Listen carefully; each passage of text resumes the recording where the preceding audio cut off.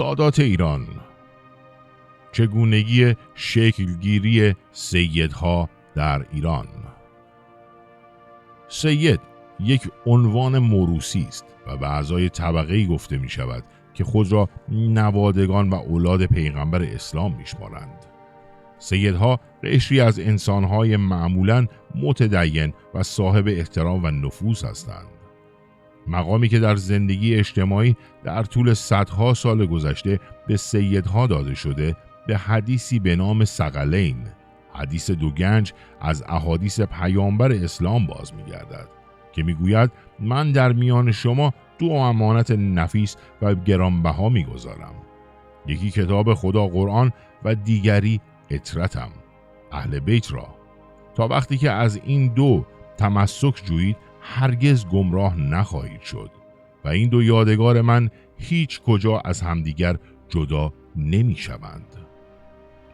صرفاً از اینکه حدیث نامبرده تا چه اندازه صحیح یا موثق است، کاملاً مسلمانان و به ویژه اهل تشیع نه تنها برای سیدها مقام به خصوصی قائل هستند، بلکه آنان را مورد احترام و تکریم قرار می دهند و بسیاری از سیدها نیز از این را درآمد و گذران زندگی خود را تأمین می کنند. اینکه شخص مدعی سیادت چه نوع سیدی هست بسته به نام زنی است که از علی ابن ابی طالب پسرعموی پیغمبر و خلیفه چهارم اجداد مادری و یا پدری آن شخص را به دنیا آورده است. پیامبر اسلام دختری به نام فاطمه داشت که همسر علی شد و از او دو پسر به نام حسن و حسین به دنیا آورد.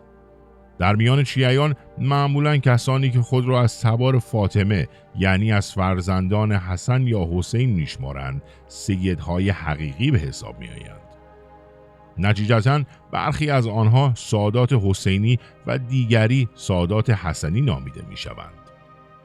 به هر دوی این گروه مجموعاً بنی فاطمه گفته می شود. برعکس کسی که تبار خود را از علی اما نه از فاطمه بلکه از دیگر زنان علی می شمارد سید حقیقی به حساب نمی آید. این اشخاص را گاه سید علوی نامیدند. آنها که نوادگان سیدهای ذکور یعنی مرد هستند شریف نامیده می شوند. مقام آنها بالاتر از کسانی است که از نوادگان سیده ها یعنی سیدهای زن هستند. آنها هم به نوبه خود میر و یا میرزا نامیده می شوند. سیدها متناسب با نام اجداد و امامانی نامیده می شوند که خود را نوادگان آنها می شمارند. گروه های اصلی سیدها به همین صورت نامگذاری می شوند. مانند حسنی و یا طباطبایی، حسینی، عابدی، زیدی، باقری، جعفری، موسوی، کاظمی، رضوی و یا رضایی، تقوی، نقوی. هر کدام از اینها هم به شاخه ها و طوایف کوچکتر تقسیم می شوند. سیدهای هر محل معمولا نام اجداد محلی خود را می گیرند که به نوعی خود را منتسب به گروه های اصلی سادات می شمارند. برای نمونه در اردبیل آنها که خود را سید صفی به حساب می آورند می گویند که به شیخ صفی الدین اردبیلی منتسب هستند و یا در سبزوار شاخه مهمی از سادات خود را عرب شاهی می نامند. در گذشته تشخیص سیدها آسانتر بود.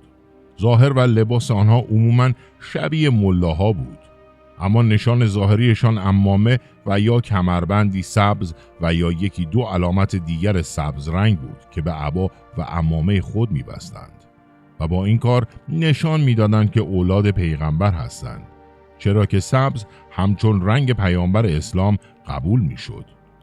ظاهرا رنگ و نشان سبز چیزی است که در قرن 14 در دولت و ممالک مصر و شام میان سادات رایج شده و به نقاط دیگر جهان اسلام گسترش یافته است. در همان دوره حکمران اشرف شعبان ابن حسن دستور داد همه سیدها نشانی سبز رنگ به عمامه خود بزنند.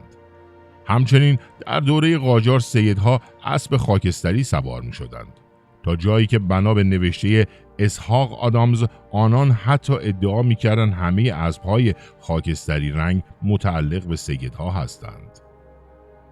ولی چگونه میشد فهمید که مدعیان سیادت که کمربند سبز می‌بستند دغل‌باز نیستند؟ در اوایل اسلام دقیق ترش حدود در سالهای 860 میلادی این مشکل تشخیص داده شد و برخی تدبیرها اتخاذ گردیده بود. از آن جمله بود تأسیس مقامی به نام نقیب الشریف در دوره خلیفه های عباسی که وظیفهشان ثبت و نگهداری دفاتر مرگ و تولد و شجره‌نامه سیدها و مراقبت از زندگی مادی و اعتبار شریفها و اثبات و یا رد ادعای صیانت بود. این نقیب الشریفها حتی در مورد سیدها یعنی سیدهای زن مواظب بودند که آنها با مردانی ازدواج نکنند که مقام اجتماعیشان از خود آنان پایین‌تر است. در دولت‌هایی که از پی عباسیان در ایران بر سر کار آمدند نیز همین سنت و مقام نقیب الشریف با عناوین گوناگون ادامه یافت. در دوره صفویان نیز این به اصطلاح سید باشی‌ها نقیب الاشراف یا نقیب الممالک نامیده می‌شدند. دولت صفوی برای تامین مالی این اشخاص به آنها این صلاحیت را هم داده بود که همراه با کلانترها به جمع‌آوری مالیات میان مردم به ویژه اصناف بپردازند.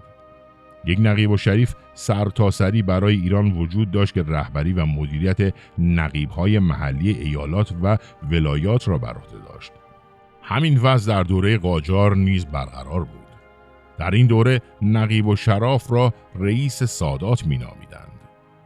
بعدها کار رسیدگی به اصناف از سیدهای سلب شد، اما به جای آن رسیدگی به وضع فرقه‌های درویشی به آنها محول گردید. به نظر می رسد که ناصرالدین شاه در سال 1870 نام این مقام را به نقیب السادات تبدیل کرد. به طور همزمان نظارت بر سادات غیر متمرکز گردید و در هر شهر سیدی به نام رئیس السادات تعیین شد که معمولاً رئیس طایفه اصلی سادات محل بود. چگونگی دقیق انتخاب و تعیین رئیس السادات‌های محل‌ها و حدود وظایف و اختیارات آنان معلوم نیست. یعنی از وظایف این رئیس السادات‌ها هم قضاوت در مورد دعوای حقوقی و جرایمی مانند قتل بود که به نوعی مربوط به سیدها میشد. چرا که دولت و حاکم دنیوی از مداخله در این موارد پرهیز می‌کردند. مثلا وقتی سیدی فردی عادی را می‌کشت کسی جرأت نمی‌کرد به او نیز مانند افراد عادی مجازات اعدام بدهد، چون که باور عمومی بر آن بود که این کار یعنی اعدام یک سید گناهی بزرگ محسوب می‌شد، زیرا مردم عموماً بر آن بودند که خداوند انسانها را به خاطر پیامبر اسلام و نوادگان او آفریده است و مجازات یک سید را تنها و تنها رئیس طایفه همان سید می‌تواند صادر کند. مثلا در سالهای 1900 سیدی که در یزد لوطی محل بود یک پارسی زرتشتی را به قتل رساند. حاکم یزد او را جهت محاکمه به تهران فرستاد. مجتهد یزد نیز به تهران رفت تا آزادی سید قاتل را از شاه خواهش کند و شاه نیز دستور داد سید نامبرده آزاد شود.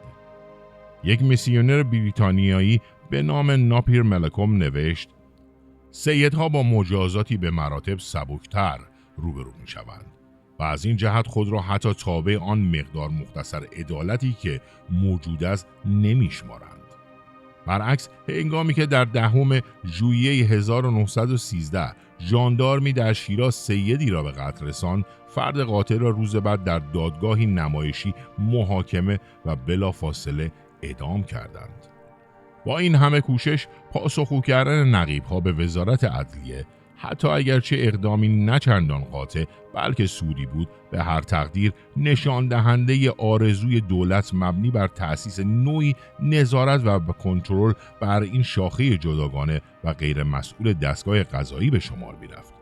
گاه هم ماموران دولتی ابتکار به کار برده و راه و رسم خود را برای مجازات سیدها می‌یافتند. مثلا هانری موسر می نویسد که روزی سیدی به ژنرال گاستیگر خان که مهندسی اتریشی بود و به دعوت ناصرالدین شاه به ایران آمده و مسئول راهسازی از تهران به شمال و همچنین خراسان شده بود ناسزا می گوید. گاستیگر دستور می دهد آن سید را که به نشانه سید بودنش عمامه سبزی بر سر داشت با عزت و احترام به چادر او می آورند. وقتی سید وارد چادر می شود گاستیگر ناگهان عمامه سبز سید را از سر او میگیرد و سپس به نوکرانش دستور میدهد که کتک مفصلی به سید بزنند. پس از اجرای این مجازات جدی، گاستیگر عمامه سبز سید را دوباره به سر او گذاشته و او را با همان عزت و احترام از چادر خود به بیرون روانه می کند. در بخش بعدی درباره سیدهای دروغین سخن خواهیم گفت که تبارشان هیچ ارتباطی به پیامبر اسلام و علی ابن ابی طالب ندارد و حتی برخی از آنان عرب و مسلمون هم نبودند، اما به خاطر استفاده از امتیازهای مادی و اجتماعی که سیدها از آن برخوردار بودند، خود و تبار خود را سید و اولاد پیغمبر نامیدند.